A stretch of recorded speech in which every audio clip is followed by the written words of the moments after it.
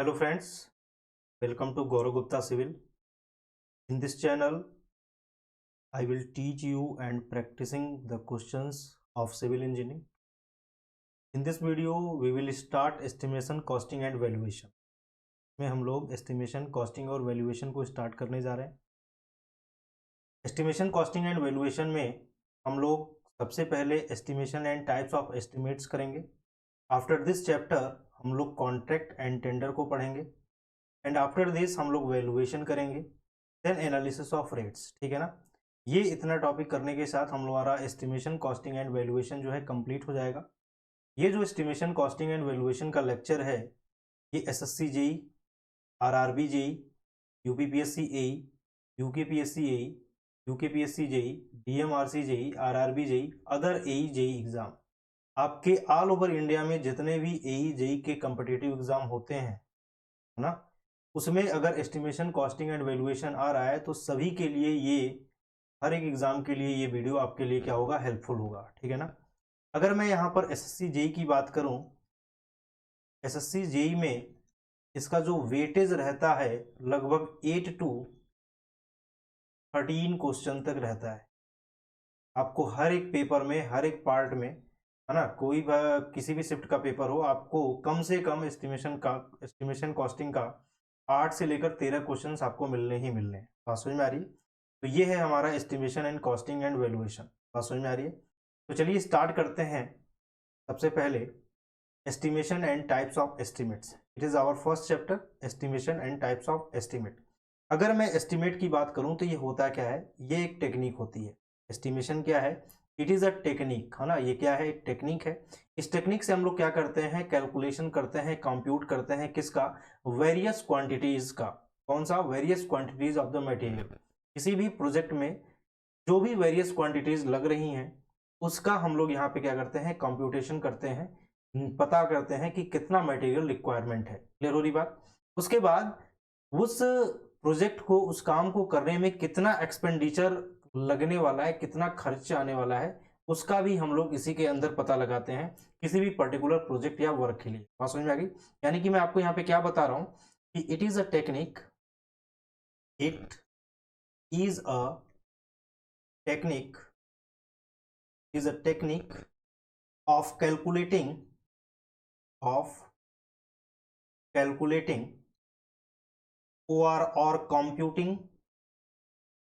computing the various quantities, the various quantities and the expected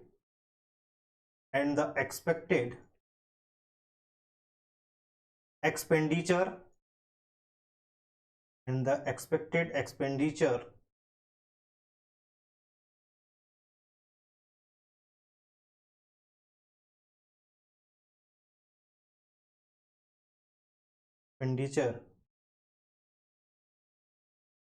to be incurred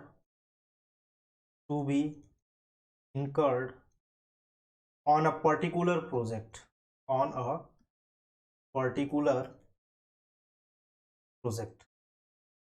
ठीक है.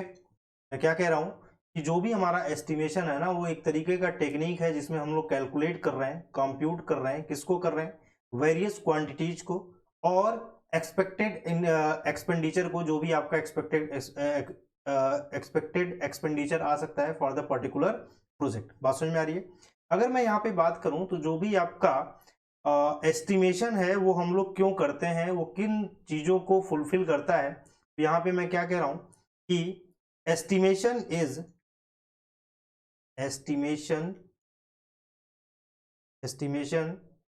is carried out to fulfill the following needs. कौन कौन सी need है जिसको fulfil करता है आपका एस्टिमेशन. तो जो पहली नीड जो है वो क्या है कि वो आपको प्रोजेक्ट का आइडिया दे देता है कि उस प्रोजेक्ट में कितना कॉस्ट लगने वाला है, कितने टाइम में वो कंप्लीट होने वाला है. It means it gives the idea of cost of work, cost of work. अब जब आपको कॉस्ट ऑफ वर्क का आइडिया लग गया तो क्या आप ये डिसाइड कर सकते हो कि ये प्रोजेक्ट आपके लिए फिजिबल है या नहीं। लेट अस सपोज कि आप एक कॉन्ट्रैक्टर हो, आप एक कॉन्ट्रैक्टर हो और आप कोई भी प्रोजेक्ट जो है कॉन्ट्रैक्ट पे करने के लिए लेने जा रहे हो।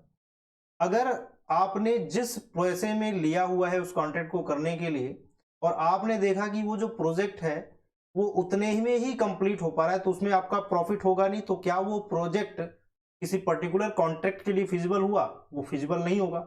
तो ऐसे में आपको क्या करना है, आपको ये पता करना पड़ेगा with the help of estimation कि वो प्रोजेक्ट आपके लिए फिजिबल है कि नहीं।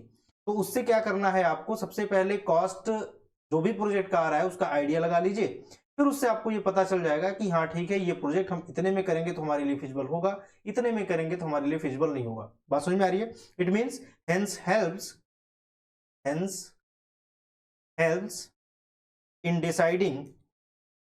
deciding the feasibility of project, the feasibility of project। बात समझ में आ रही है? feasibility of project। अगर मैं नेक्स्ट बात करूं तो ये जो है ना हमें एक आइडिया दे देता है कि जो हमारा प्रोजेक्ट है वो कितने टाइम में कंप्लीट हो जाएगा, कितने टाइम में प्रोजेक्ट कंप्लीट हो जाएगा। It means it gives the idea of time, the idea of time required for completion, required for completion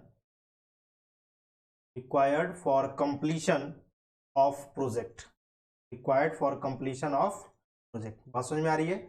यानी कि अगर मैं एस्टिमेशन करता हूं तो वो मुझे आइडिया दे देगा कि कोई भी प्रोजेक्ट कितने टाइम में कंप्लीट हो सकता है। क्लियर होगी बात? और क्या आपको यहाँ पे पता चल जाएगा, यहाँ पे आपको ये पता चल जाएगा कि कितनी मटेरियल या कितना क्वांटिटी रिक्वायर्ड है उस प्रोजेक्ट को कंप्लीट करने के लिए। It means it gives the idea of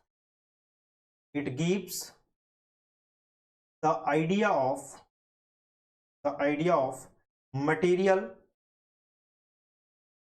it gives the idea of material मतलब यहां पर कितनी क्वांटिटी में चाहिए, है ना, कितने क्वांटिटी में चाहिए। Required for completion of project, required for completion of project, required for completion of project. ठीक है, चलिए इतनी बात आपको समझ में आ रही है। अगर मैं नेक्स्ट बात करूं तो क्या ये, अगर आपको एस्टिमेट पता चल चुका है तो क्या आप टेंडर को इनवाइट करना है नहीं करना है आप उसका भी पता लगा सकते हो? यस, बिल्कुल पता लगा सकते हो। यानी कि it helps in inviting the tender, in inviting the tender of the project, of the जरूरत। नो, अगर आपको एस्टिमेशन कर लिए हो तो वो कहीं ना कहीं आपके एक्सपेंडिचर पर कंट्रोल करने पे भी बता देगा। बात समझ में आ रही है ना? आप एक्सपेंडिचर को भी कंट्रोल कर सकते हो। यानी कि it helps in controlling the expenditure, in controlling the expenditure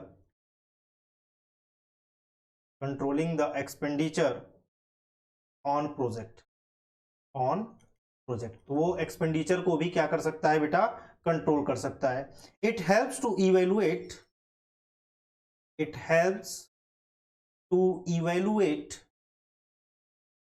where there is any benefit to execute the project, लेट अस सपोज कि आप एक कॉन्ट्रैक्टर हो और आप कोई भी प्रोजेक्ट जो है एग्जीक्यूट करने जा रहे हो, तो उस प्रोजेक्ट को अपने अंडर में लेने से पहले आप ये चेक करोगे कि क्या वो प्रोजेक्ट से आपको कोई बेनिफिट होने वाला है कि नहीं।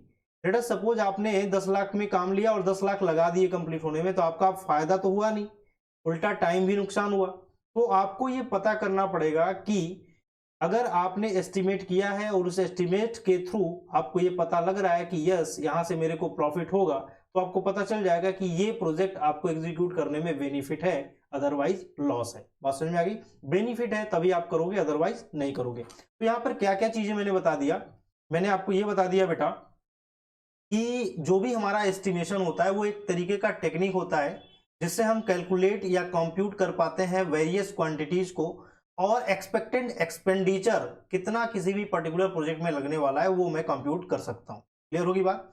एस्टिमेशन जो है ना वो कौन कौन चीजों को फुलफिल करता है, तो वो क्या बताता है, वो आइडिया दे देता है कॉस्ट ऑफ वर्क का।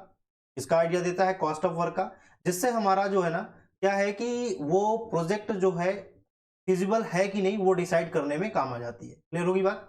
दूसरा हमें क्या बताता है कि ये जो है ना आइडिया ऑफ टाइम बता देता है required for completion of project. Idea बता देता है कि कितना टाइम लगेगा, उसका एक आइडिया लग जाता है कि हमारा प्रोजेक्ट कितने टाइम में कंप्लीट हो जाएगा। ये जो है कितना मटेरियल रिक्वायर्ड होगा computation of project, completion of project के लिए, ये भी मुझे आइडिया दे देता है। ठीक है ना? यहां पर अगर मैं एस्टिमेशन कर रहा हूं तो ये हेल्प करता है कि मुझे टेंडर इनवाइट करना है प्रोजेक्ट के लिए या नहीं करना है, यहां से ये भी मुझे पता लग जाता है। ये जो है ना एक्सपेंडिचर को कंट्रोल करता है, प्रोजेक्ट के एक्सपेंडिचर को भी कंट्रोल करने में हेल्प करता है, और साथ ही ये इवेलुएट कर देता है कि जो हमारा प्रोजेक्ट करने का बेनिफिट है वो मुझे मिलेगा या नहीं मिलेगा। बात समझ में आ गई ना? बेनिफिट है वो मिलेगा या नहीं मिलेगा। क्लियर हो रही बात?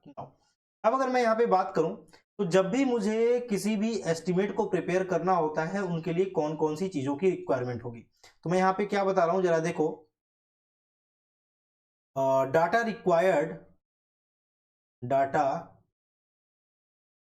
Required for preparing the estimate. यानी कि अगर आपको एस्टिमेट बनाना है तो कौन कौन से डाटा रिक्वायर्ड होंगे। तो बेटा जब भी हमें एस्टिमेट बनाना होता है ना, मुझे मेनली तीन चीजों की रिक्वायरमेंट होती है। कौन कौन सी? जो फर्स्ट रिक्वायरमेंट है बेटा वो है आपका क्या? ड्राइंग। फर्स्ट रिक्वायरमेंट क्या है आपका? ड्राइंग। आपको ड्राइंग चाहिए। दूसरा रिक्वायरमेंट है स्पेसिफिकेशन एंड थर्ड रिक्वायरमेंट है आपके पास रेट। ठीक है ना? थर्ड रिक्वायरमेंट क्या है आपके पास? रेट। अगर मैं ड्राइंग की बात करूं तो कौन कौन से ड्राइंग की जरूरत पड़ेगी? आपको ड्राइंग की जरूरत पड़ेगी पहली बात प्लान, कि कैसा प्लान है।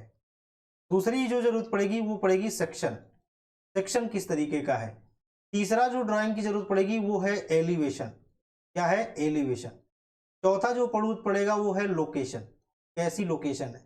और पांचवा जो है वो डायमेंशंस की बात समझ में आ गई? हमें जो ड्राइंग चाहिए वो किन किन चीजों का ड्राइंग चाहिए? प्लान का, सेक्शन का, एलिवेशन का, लोकेशन का और डायमेंशन का। बात समझ में आ गई ना? और डायमेंशन का। अब यहीं पर मैं स्पेसिफिकेशन की बात करूं, तो स्पेसिफिकेशन मेरे पास दो तरीके का होता है। एक होता है मेरे पास जनरल स्पेसिफिकेशन और दूसरा होता है डिटेल्ड स्पेसिफिकेशन। ठीक है ना? जरा पहले ये देख लेते हैं कि जनरल स्पेसिफिकेशन और डिटेल्ड स्पेसिफिकेशन में अंतर क्या है। फॉर एग्जांपल आप ना कंप्यूटर लेने गए हो या फिर मान लो आप मोबाइल लेने गए हो तो जनरल स्पेसिफिकेशन सबको पता होती है। क्या? कि हाँ ठीक है, इतने मेगापिक्सल का रियर कैमरा है, इतने मेगापिक्सल का फ्रंट कैमरा है, ठीक है, और इतने एमएच की बैटरी है, इतना इसका रैम है, इतना उसका रोम है, इतना स्टोरेज है। ये सब सारी चीजें क्या है? जनरल है। लेकिन अगर मैं बात करूं डिटेल का, तो उसका प्रोसेसर किस तरीके का है, वो प्रोसेसर कितने पे काम करता है, ये प्रोसेसर गेमिंग प्रोसेसर है कि नहीं है, कौन से कितने एचडी या फिर कितने ग्राफिक्स का वर्क कर रहा है, तो ये किसमें चला जाता है? डिटेल में। तो जनरल सबको पता होता है, डिटेल किसको पता होगा? टेक्निकल बंदे को। बात समझ में आ गई? तो जनरल स्पेसिफिकेशन में मुझे क्या क्या पता लगता है कि इसका नेचर क्या है ना, ये किस तरीके का है। दूसरा मुझे पता चल जाएगा किस क्लास का है। तीसरा पता चल जाएगा quality of work and material पता चल जाएगा, है ना, quality of work and material. तो ये जो है ना आपके पास, ये कहीं ना कहीं जनरल स्पेसिफिकेशंस में आता है। लेकिन वहीं पर मैं अगर डिटेल्ड स्पेसिफिकेशन की बात करूं तो यहाँ पर डिटेल्ड स्पेसिफिकेशन में ना आपको क्वांटिटी भी पता होगी। यहाँ पे क्या है, आपको क्वालिटी पता है कि हाँ ये क्वालिटी है, लेकिन उस क्वालिटी का कितना क्वांटिटी यूज हुआ है वो यहाँ पे पता चल जाएगा। ठीक है ना, यहाँ पर प्रोपोर्शन पता चल जाएगा। आपको क्या पता चल जाएगा कि कितने प्रोपोर्शंस में ये, यहाँ पे ये है कि मान लो मोर्टार है, लेकिन वो मोर्टार 1:3 का है, 1:4 का है, 1:6 का है, वो कहाँ पता चलेगा, डिटेल्ड में पता चलेगा। किस तरीके की वर्कमैनशिप आपने यूज किया है, वर्कमैनशिप किस तरीके का यूज किया है, क्या आपने टेक्निकल बंदे यूज किए हैं, क्या आपने नॉन टेक्निकल बंदे भी यूज किए हैं, वो कहाँ पे पता चलेगा, डिटेल्ड में पता चलेगा। उसके अलावा मेथड ऑफ वर्किंग, आप किस तरीके से वर्क कर रहे हो, किस तरीके से आप वर्क कर रहे हो, वो कहाँ पे पता चलेगा, डिटेल्ड में पता चलेगा। जनरल में क्या है, बहुत बेसिक सी चीजें हैं, nature, class, quality of work या मटेरियल, लेकिन डिटेल्ड में आपको quantity, proportions, workmanship, method of working, बात समझ में आ गई, वो सारी चीजें कहाँ पे पता चलेंगी, डिटेल्ड स्पेसिफिकेशन में। बात समझ में आ गई ना। अब अगर मैं यहाँ पे बात करूं तो जब भी हम एस्टिमेट बनाते हैं तो ड्राइंग है मेरे पास, स्पेसिफिकेशन है, मुझे वहां पर रेट भी जानना जरूरी है, तभी हम एस्टिमेट बना पाएंगे। तो यहां पर हम लोग डील करते हैं unit rate of all item, unit rate of all item से हम लोग क्या करते हैं, डिनोट करते हैं। तो यहां पर जो है बेसिकली क्या है, मैन पावर हमको चाहिए होता है। मैन पावर में ना बहुत सारी चीजें आती हैं, जैसे लेबर हो गया, मिस्त्री हो गया, कोई सुपरवाइजर हो गया, जेई हो गया, ए हो गया, है ना। तो बेसिकली वहां पर ना कई ग्रेड के लोग होते हैं, तो सबका जो है मैन पावर का जो रेट होता है अलग अलग होता है। समझ बात आ रही है। तो वहां पर मैन पावर की बात आ गई, यहाँ पर एक मशीन की भी बात आ जाएगी, क्योंकि मशीन भी आपको रिक्वायरमेंट होता है, मटेरियल की भी बात आती है। तो बेसिकली यहाँ पर देख रहा हो ना, मशीन हो गया, मैन पावर हो गया और मटेरियल हो गया, तो कुल कितने एम है, 3 एम है, इसलिए हम लोग यहाँ पर 3M से डिनोट करते हैं इसको। किससे डिनोट करते हैं, 3M से डिनोट किया जाता है। तो यहाँ पे देख रहे हो कि जो भी आपका डाटा रिक्वायर्ड है फॉर प्रिपेयरिंग एस्टिमेट, वो ड्राइंग, स्पेसिफिकेशन और रेट, और कौन सी चीज में क्या क्या चाहिए वो मैं आपको यहाँ पर क्लियर कर चुका हूँ, इतनी बातें तो क्लियर हो रही होंगी। अब चलते हैं नेक्स्ट चलते हैं और यहाँ पर बताते हैं कि टाइप्स ऑफ एस्टिमेट क्या क्या होगा। यहाँ पे बात करेंगे टाइप्स ऑफ एस्टिमेट क्या क्या होगा। तो टाइप्स ऑफ एस्टिमेट की बात करते हैं। टाइप्स ऑफ एस्टिमेट, तो देखो टाइप्स ऑफ एस्टिमेट ना बेसिकली यहाँ पर 2 टाइप के होते हैं, 2 टाइप के यहाँ पर एस्टिमेट होते हैं। एक होता है आपका अप्रोक्सीमेट एस्टिमेट और दूसरा होता है डिटेल्ड एस्टिमेट। एक होता है आपका अप्रोक्सीमेट एस्टिमेट,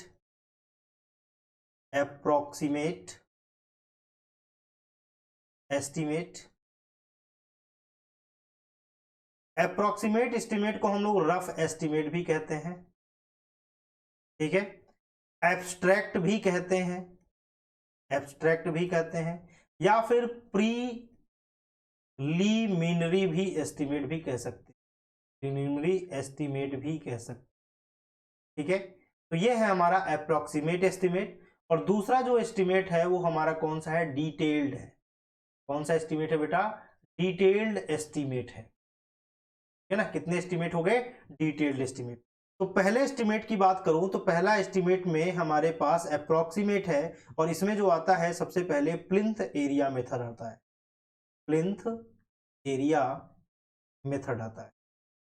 बात समझ रहे हो। दूसरा जो आता है इसमें ये क्यूबिकल रेट मेथड आता है,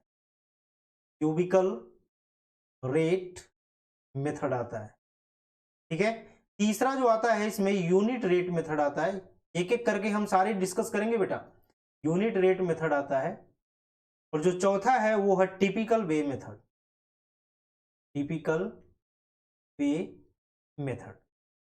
क्लियर हो रही बात। तो यहां पर मेरे पास अप्रोक्सीमेट एस्टिमेट में plinth area method, cubical rate method, unit rate method और टिपिकल वे मेथड, यहां पे 4 मेथड है अप्रोक्सीमेट एस्टिमेट के अंदर, ठीक है।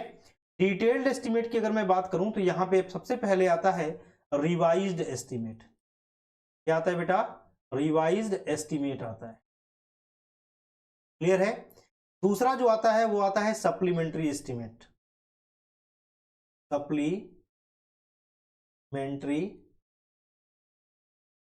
एस्टिमेट। तीसरा जो आता है revised and supplementary, revised and supplementary estimate.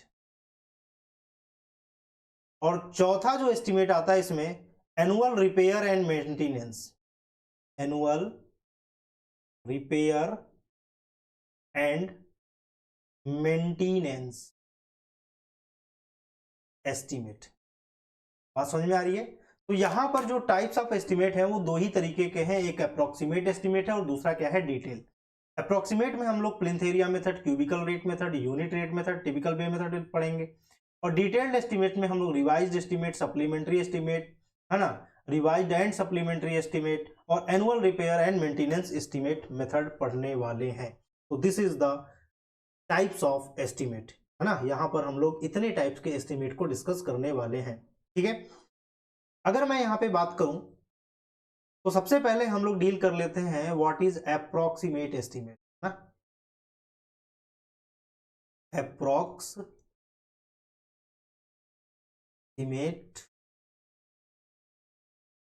Estimate, ठीक है।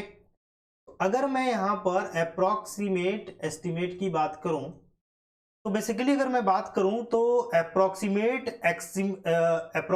एस्टिमेट करने के लिए, कंप्यूट करने के लिए यहां पर मुझे कोई भी डिटेल्ड नॉलेज की रिक्वायरमेंट नहीं होती है, क्योंकि मैं यहां पर जो भी एस्टिमेट बनाऊंगा वो अप्रोक्सीमेट बनाऊंगा। तो डिटेल रिक्वायरमेंट, डिटेल्ड नॉलेज की जरूरत नहीं है। हम अप्रोक्सीमेट एस्टिमेट ना based on the practical knowledge ही बनाते हैं, प्रिपेयर करते हैं based on the practical knowledge. It means for calculating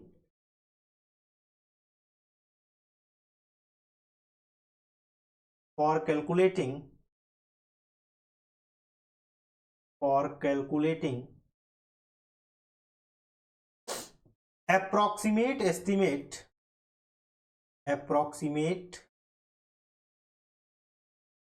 estimate, no detailed knowledge is required, no detailed knowledge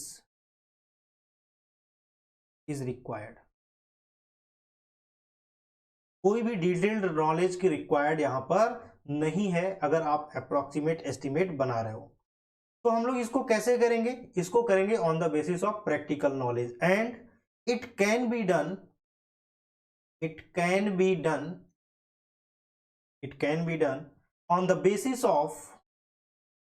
on the basis of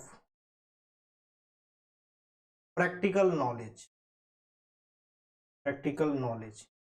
यानी कि प्रैक्टिकल नॉलेज के basis पर हम लोग अप्रोक्सीमेट एस्टिमेट करते हैं, कोई भी डिटेल्ड नॉलेज की रिक्वायरमेंट नहीं होती है, ठीक है।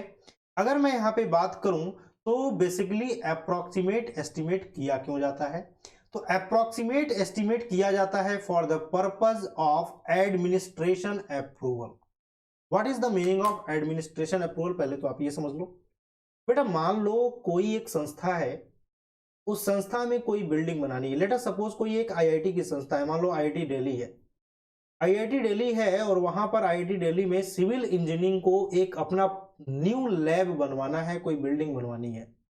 तो वहां पर सिविल डिपार्टमेंट का जो हेड है, यानी कि हेड ऑफ द डिपार्टमेंट, एक प्रपोजल तैयार करेंगे, वो एक अप्रोक्सीमेट एस्टिमेट तैयार करेंगे और फिर ले जा करके ना एडमिनिस्ट्रेशन को देंगे कि हमारे डिपार्टमेंट को ये लैब नए तरीके से नए जगह पर कंस्ट्रक्ट करवाना है, जिसमें ये खर्चा आ सकता है, वो अप्रोक्सीमेट एस्टिमेट होगा।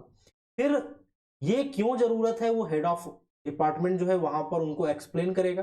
फिर एडमिनिस्ट्रेशन को लगेगा कि हाँ ये जो है जरूरी है, इस लैब का बनना जरूरी है, तो एडमिनिस्ट्रेशन जो है वहां पे क्या करेगा, अप्रूव्ड कर देगा, ठीक है। अब वहां से जब अप्रूव्ड होगा तो अप्रूव्ड जब किया जाता है ना, तो ये फाइनेंस डिपार्टमेंट को जाता है। फाइनेंस डिपार्टमेंट का क्या काम है, फाइनेंस डिपार्टमेंट का काम ये है कि वो एस्टिमेट के लिए जितना भी रिक्वायरमेंट है, वो जो लैब बनानी है उसके लिए जो आपने अप्रोक्सीमेट एस्टिमेट बना रखा है, वो अमाउंट क्या फाइनेंशियल डिपार्टमेंट इशू कर सकता है या फिर इशू करने में समय लगेगा। अगर वो इशू कर सकता है तो वहां से वो फॉरवर्ड हो जाएगा, फिर जाएगा टेक्निकल डिपार्टमेंट के पास, और फिर आपको क्या चाहिए, डिटेल्ड एस्टिमेट चाहिए। वो डिटेल्ड एस्टिमेट क्यों चाहिए, क्योंकि आपको टेक्निकल अप्रूवल लेना है, और टेक्निकल अप्रूवल लेने के लिए तब आपको डिटेल्ड रिक्वायरमेंट की जरूरत पड़ती है। क्यों, क्योंकि टेक्निकल जो एस्टिमेट बनेगा, डिटेल्ड एस्टिमेट जो बनेगा वो टेक्निकल टीम बनाएगी, और टेक्निकल टीम बनाएगी तो उसमें जो है कंप्लीट इंफॉर्मेशन बिल्कुल एग्जैक्ट रहेंगे। वो आपका क्या होगा, एक तरीके से फाइनल एस्टिमेट होगा। बात समझ में आ रही है? तो इस तरीके से हम लोग एस्टिमेट करते हैं। इसका मतलब अगर मैं बात करूं तो जो भी आपका अप्रोक्सीमेट एस्टिमेट है वो हम लोग एडमिनिस्ट्रेशन अप्रूवल के लिए बनाते हैं, यानी कि it is done to obtain administrative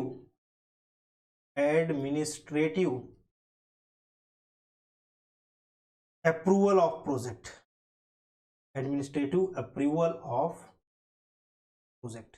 बात समझ में आ रही है? चलिए, इट हेल्प्स ये किस में हेल्प करता है, financial aspects of the project, यानी कि कितना फाइनेंस आ सकता है उसको डिसाइड करने में हेल्प करता है। It helps in deciding the financial aspect of project, financial aspect of project. बात समझ में आ रही है? तो ये है आपका क्या, अप्रोक्सीमेट एस्टिमेट। ये क्या है आपका, अप्रोक्सीमेट एस्टिमेट। अब जो है यहाँ पर अप्रोक्सीमेट एस्टिमेट में हमारे पास क्या है, plinth area method, cubical rate method, unit rate method और टिपिकल बे मेथड। ये सारे मेथड आपको नेक्स्ट वीडियो में मैं आपको एक्सप्लेन करूंगा। बात समझ में आ रही है? तो हमारे नए वीडियो का नोटिफिकेशन पाने के लिए हमारे इस गौरव गुप्ता सिविल चैनल को आप लोग सब्सक्राइब कीजिए, शेयर करिए और बेल आइकन पे जरूर बटन दबा दीजिएगा, ताकि नई वीडियो आते ही आपको अपडेट मिल जाए। इसी तरीके के सिविल इंजीनियरिंग कंटेंट को पाने के लिए आप मेरे चैनल से जुड़े रहिए। Thank you.